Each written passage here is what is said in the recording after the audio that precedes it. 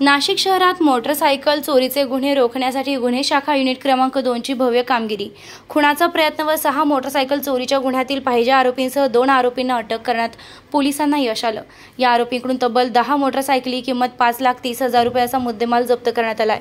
गुप्त माहितीच्या आधारे पाथर्डी फाटा परिसरातून संतोष अशोक खंगाळ याला चोरीच्या बुलेट मोटरसायकलसह अटक करण्यात आली। पुढील चौकशीत त्याने 8 मोटरसायकल चोरी केल्याची कबुली दिली। तर दुसऱ्या कारवाईत पाहिजे आरोपी राजन उर्फ बबुआ सुंदरलाल कनोजिया याला संभाजी स्टेडियम परिसरातून जेरबंद करण्यात आलं। त्याच्या ताब्यातून 1 मोटरसायकल जप्त झाली आहे। दोन्ही आरोपींकडून एकूण 10 मोटरसायकली हस्तगत झाल्या असून शहरातील विविध पोलीस ठाण्यांतील गुन्हे उघडकीस आलेत। ही संपूर्ण कारवाई पोलीस आयुक्त संदीप कर्णिक, उपायुक्त गुन्हे किरण कुमार चव्हाण आणि सहाय्यक पोलीस आयुक्त गुन्हे संदीप मिटके यांच्या मार्गदर्शनाखाली करण्यात आली। या उत्कृष्ट कामगिरीत गुन्हे शाखा युनिट क्रमांक 2 च्या अधिकारी व अंमलदारांचा मोठा सहभाग आहे।